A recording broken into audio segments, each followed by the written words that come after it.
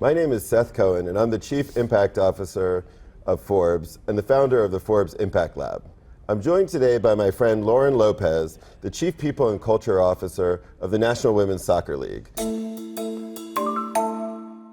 Lauren, welcome. Thank you, Seth.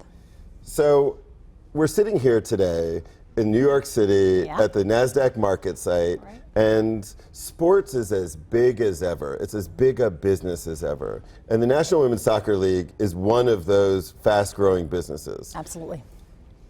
Tell me about why you think soccer, and particularly women's soccer, are having such a fantastic moment in America and in the world. I think it's the storytelling. I think it's the ability to see athletes that look like us, that were, quite frankly, probably struggling for access early on, who had to fight for their positions, and that's a story I think that we can all, in some form or fashion, grab onto. I also think that they're incredibly human. When we think about their mothers, their daughters, their sisters, they are ultimately the makeup of what we're seeing in our day-to-day community, and they're bringing a top quality product when you think of what they do on the pitch. But then they are incredibly also connected to community off the pitch, right? When we think about the causes that they stand for, when we think about, quite frankly, they use their platform often for entrepreneurship, social activism, just making sure that they are giving back to the markets that they are entering. Yeah, you're raising such an interesting point because your product really on the field is human. That's right. It is these powerful women athletes that are doing amazing things on the pitch and in the field, but they're also, they're living full lives. In your role as Chief People Officer, that means you're not only helping the business, but you're really working closely with the product every day, right? 100%. I have been lucky enough to perform the role that I'm in various organizations, some, well-maintained, and it's, kind of that kind of run-of-the-mill work.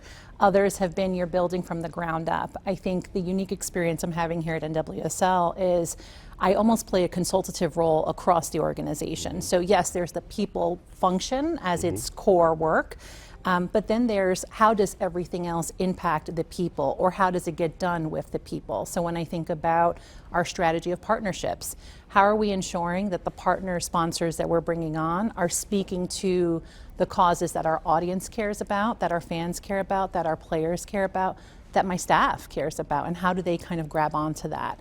When I think about how we even consider marketing or our operational standpoint, the processes that we're putting in place, are they inclusive? Are we thinking about the broader, group, if you say? And I think one of the things that has been really interesting is how we've tied that together with our DEI work. So when I brought my head of DEI on, and this is actually something that's a debate across the world in DEI. Yeah, there's only just a little bit of conversation about diversity, equity, inclusion. But there's a lot of opinions about whether DEI should sit in HR, or should it be an HR practitioner who does DEI.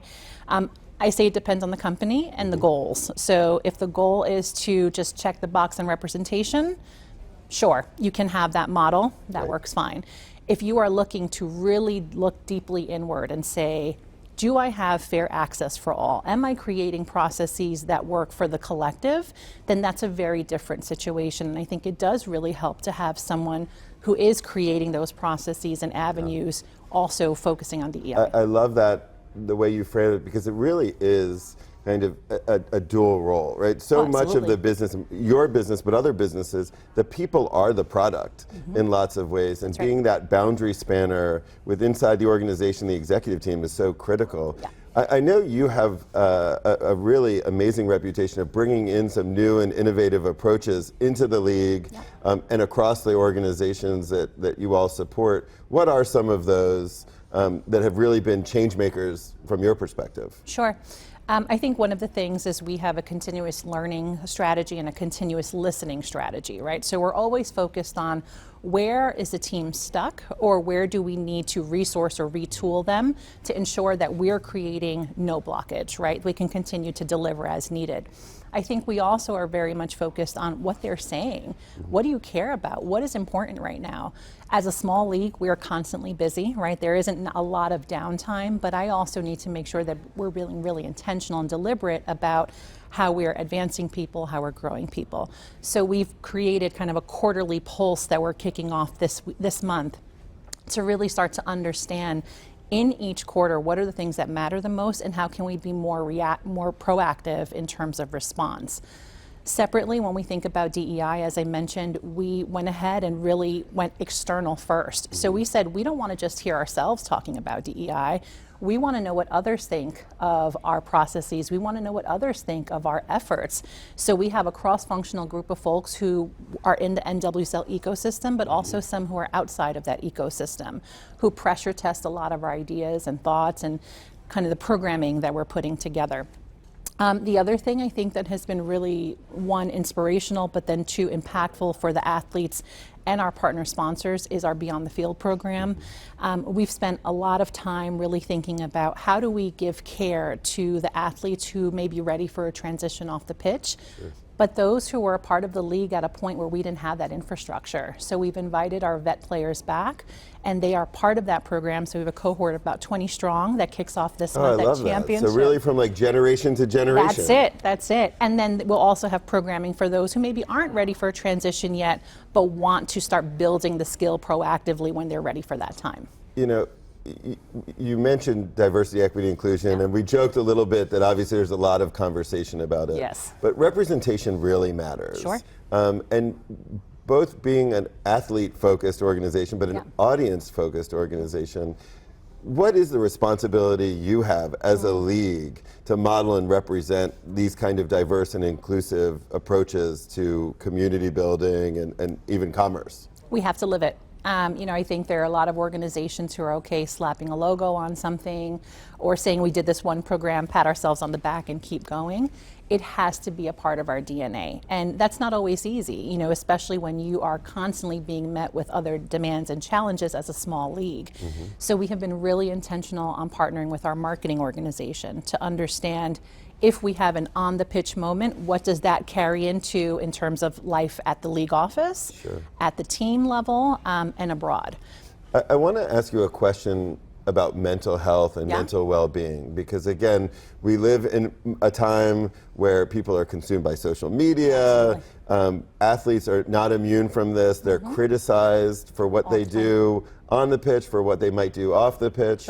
How do you as a league address some of those concerns, and what are programs you have about the mental, particularly the mental well-being of individual athletes in the league and the rest of the teams? Sure. So your core benefits, obviously, we have a pretty robust program through our benefit offerings.